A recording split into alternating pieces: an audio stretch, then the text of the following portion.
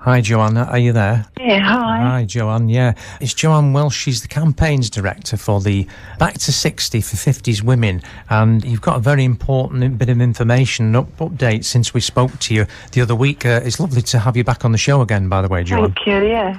My pleasure. Thank you for your generosity in hearing us out. Yeah, the breaking news is that on Friday we went to number 10 Downing Street and we delivered our letter before action, which is pre-action protocol for a planned judicial review. We also delivered our new petition, which is a global petition. We're heading for 1 million. We've got 730,000, but we want to make the last 200,000 global so that we can reach Europe, where state pensions have, in many countries already, or heading towards back to 60. And we're finding it's a very popular petition.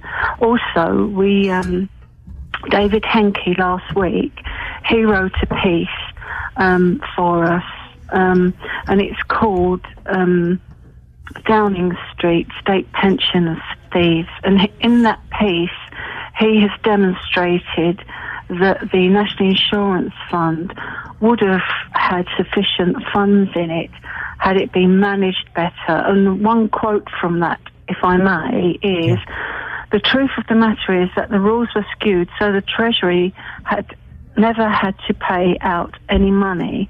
From 1989 to 2014, if the Treasury had returned to its original support under the Major, Blair and Brown governments, the Tory Liberal coalition and Cameron's government, billions of pounds would be available now to help pay the 50s women.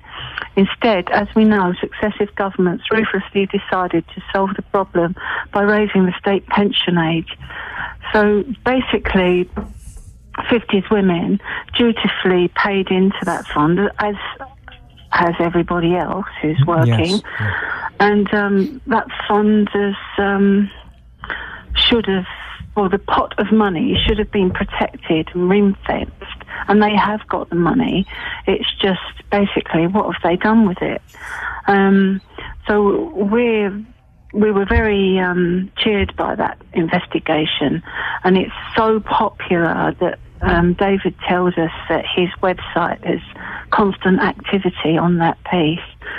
So yeah, we've literally in the last few days turned the corner. So many women have yearned to reach this point where the legal action has kicked off. That, you know, the response to our crowdfunder has been amazing, and we can't thank everybody enough for their generosity and support. And I think it's heading towards 6,000 now. In just a few days, it was only launched on Friday. Wow. And some of the people on there, some of the comments they're sharing with us are heartbreaking.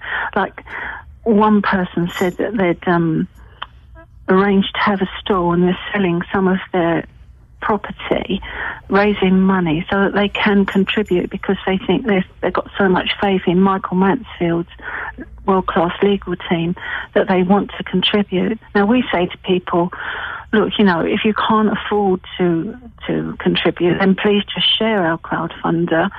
But people were saying, look, I can only afford £2. Is that all right? We're saying, well, yeah, every single donation is treasured. For instance, one person said, I support my wife without a problem on my part, but I know she is unhappy about the little things like me funding my own birthday presents. She shouldn't have to worry, but she does. After a lifetime of independence, she is dependent on me. And then they made a contribution because this, you know, it's affecting their marriage.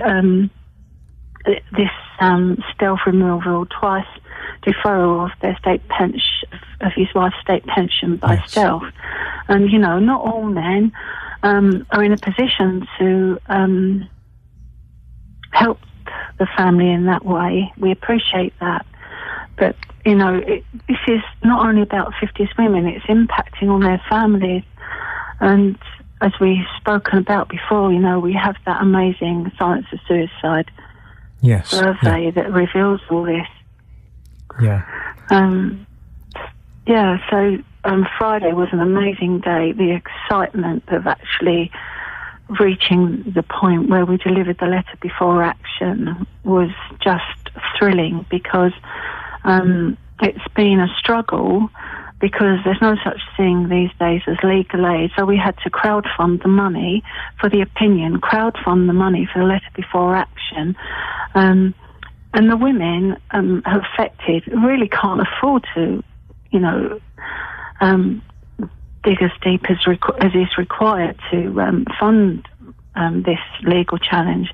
But they're so keen now, because they've no faith in the political route, that they said, we think this is the only way that it's going to happen.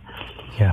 Now, as you said, David has busted the longevity myth, and also Michael, Absolutely. the equality myth, because the point about equalisation, but actually the way they are doing it is totally unequal, discriminatory, which is what Michael Mansfield QC says.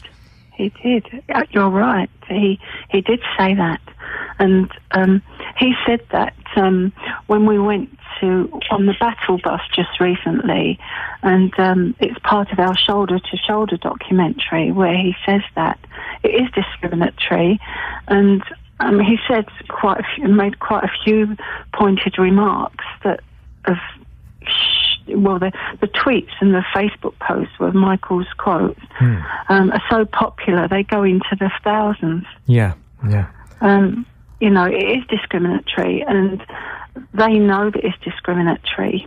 I'm sure they know that it's discriminatory, but what they wanted to do, the APPG, is have a bill that actually made, in my opinion, the discrimination worse, because it would only help out the, let's say, poorest, who are very, very desperate. Well, that's what we want to do as well, but we don't want to force them into a life of penury by accepting crumbs. Yeah. Which is what it would have been.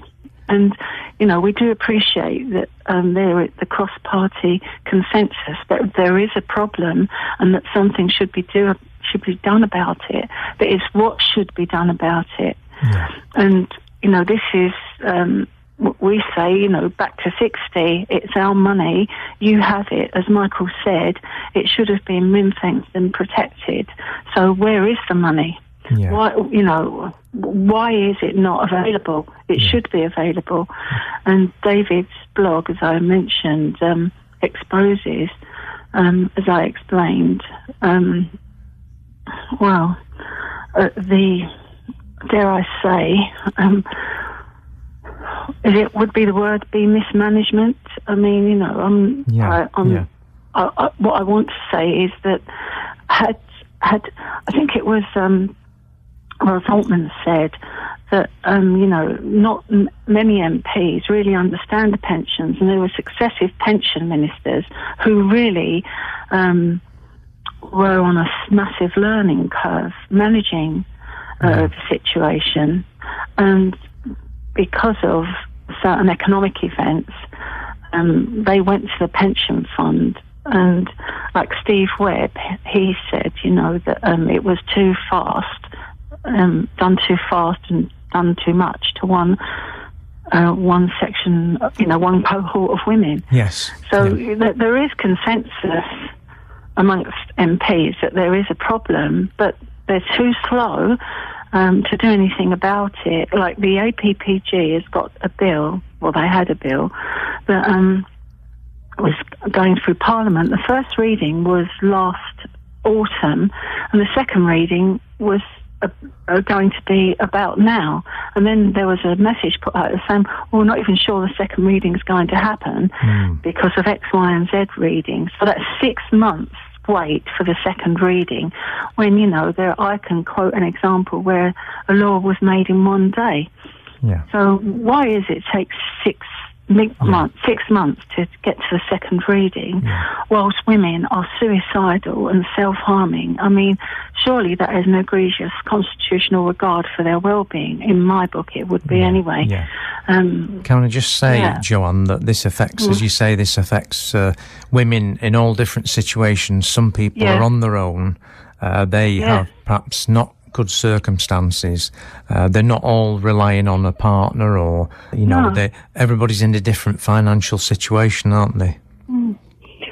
Well, yeah. I mean, there are divorcees, widows, and single women who are destitute because they can't get a job. Because who wants to employ a 60-year-old? And if they stayed in a job, they struggle to keep that job because they're first out the door. So they're on this precipice the whole time. And they're told to become apprentices.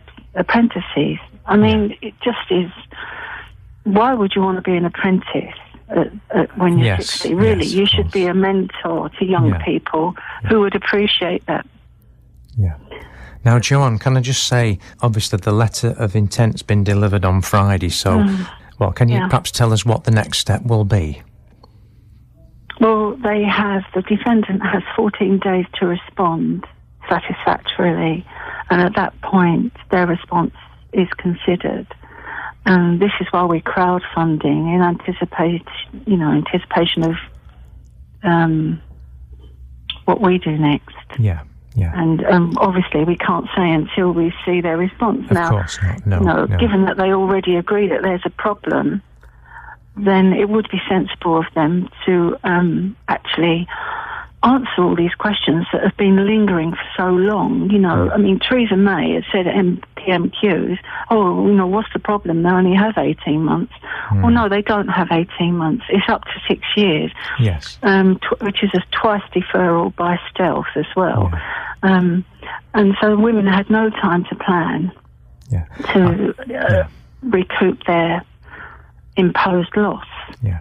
I'm sorry to cut you short today, Joanne. Don't worry. It's been really interesting, and I hope we're going to speak again in a few weeks' time when you find out what's actually happened. But I hope everything goes really well. You've got a lot of support out there, and and I'll speak to you again soon, Joanne. So, but big thank you for so much, for coming on today, My talking about pleasure. the Back to 60 for 50s women.